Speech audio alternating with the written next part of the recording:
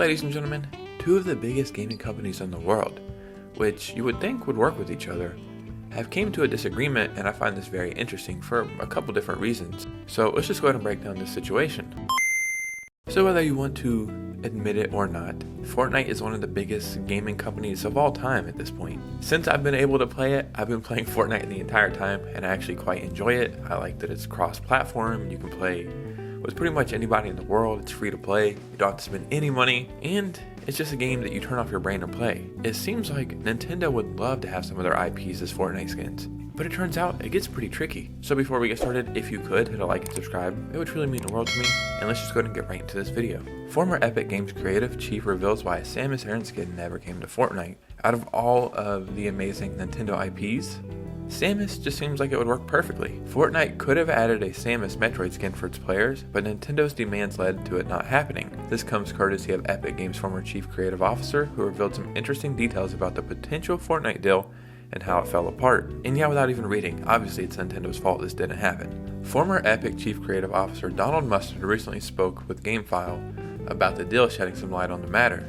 The idea of a Santa skin coming to Fortnite was revealed during the Epic vs Apple lawsuit, as having once been a part of Epic's plan. If you don't know what that whole Epic vs Apple lawsuit was, it was pretty crazy. Epic was mad that Apple was taking so much money, I think. Like when you would buy skins, if you bought it on the iPhone, they took a big percentage or some weird stuff like that. But nothing further was known about it beyond leaks and rumors. Now Mustard has explained, every time I read his last name, I'm like, Mustard, where's the ketchup? And now Mustard has explained that Epic Games wanted to add Samus and approach Nintendo on the matter. Wow, so Epic reached out to Nintendo, very interesting. I always assumed like when these collabs would happen, it would be the other way. The game developers or game publishers reaching out to Fortnite. It turns out Nintendo is actually enthusiastic about the idea and would have agreed to the addition, but only if Samus had been exclusive to the Nintendo Switch version of Fortnite. According to Mustard, Nintendo got really hung up on their characters showing up on platforms that weren't their platforms. This was a deal killer for Fortnite, as Epic Games has wanted the game to be identical across all platforms it's playable on. Limiting Samus to the Nintendo Switch would have not only cut into profits generated by the skin, but also would have meant setting a precedent for limiting what's available in the game based on the system player used. And unfortunately, Nintendo and Epic couldn't come to an agreement. So I feel both ways about this. I see where Nintendo's coming from, and I think that's actually a great idea to have console exclusive skins. But then I see where Epic is coming from as well. They want everybody to enjoy it. They mentioned exactly what the main reason was: it would cut into profits. But really, is that an issue? It's not like you're giving a real tangible item. You're literally just changing some numbers and letters on a screen, and then these people can have the skin. One, if I was Epic, I would have done this because that would have opened the door for further Nintendo collaborations. This is kind of shooting yourself in the foot. And I also think it's really cool when consoles get exclusive skins and exclusive DLC and exclusive content. And it's an incentive to get those consoles. But again, I do see where Epic is coming from, because they want the game to be identical across all platforms.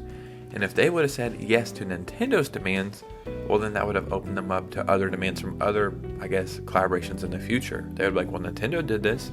We want this kind of deal. We want this exclusivity. And I see why they didn't want to open that door. I used to play Fortnite pretty much every single day, and while I don't play it as much anymore, I do have a couple cool skins. Like I have a Dragon Ball Z skin, I have a Bender from Futurama skin, and I'm pretty sure PlayStation and Xbox have made an appearance in Fortnite. So I looked it up, and God of War has a Fortnite skin, and I'm pretty sure I've been killed by some dumbasses with this skin before, because every time you see a Kratos skin, they're always so freaking good. But yeah, PlayStation has made an appearance in Fortnite, as well as Xbox. So you can have a team of Master Chief and Kratos. Like playing duos, you could have Master Chief and Kratos. Why not add it to the trios and have Master Chief, Kratos, and Samus? Would have been pretty cool to have all three big platforms in Fortnite. Like I previously mentioned, I see where both sides are coming from, but sometimes I feel like Nintendo doesn't know how to stop doing Nintendo type shit. And what I mean by that is they're always so set in stone in the ways they practice everything in this gaming world, I guess. And I wonder if this was Nintendo or strictly the Metroid team that had a say in it, but I would assume like it was old Big Papa Nintendo laying down the rules, because you could have started with Metroid and then moved on to other Nintendo IPs. We could have had Zelda, maybe some Captain Falcon stuff.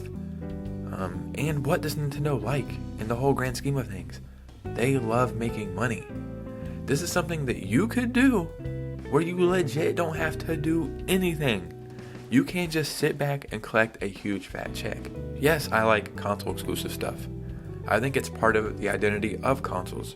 Like, hey, if you get this console and you buy this game for this console, you're getting this stuff. It's like, cool. I already enjoy this console, so I'll just pick this up here. Like myself, I have PS5, Xbox, and Switch. If a game is available for all three, depending on which console exclusive items you'll get in game, I'll buy the game for that console. And it truly makes everything pretty fun in my opinion. And while I'm a huge Nintendo fan, I hate that they can't kind of play fair and get with the times, because it just would have been a win for everybody in my opinion. Sorry, I was literally done editing this and I just thought about something. Nintendo said no to having a Metroid skin in Fortnite, but while I was about to make a thumbnail and I was looking up stuff, did everybody forget that there's an actual Fortnite edition of the Nintendo Switch?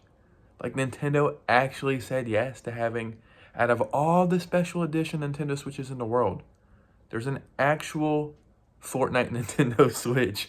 And it's kind of wacky looking. But Nintendo said, yeah, we'll do this, but we won't put Metroid in Fortnite. I don't know if that would change my opinion on anything, but I do think that's a very interesting thing to point out.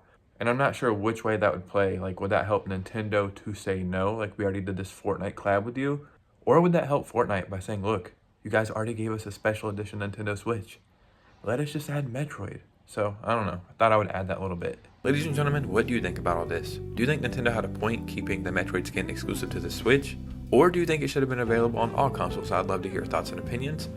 Follow me on Twitter and Instagram if you could. I'd really appreciate a follow. It would mean the world to me. And you guys know me. I'll see you soon with a new video. Peace out.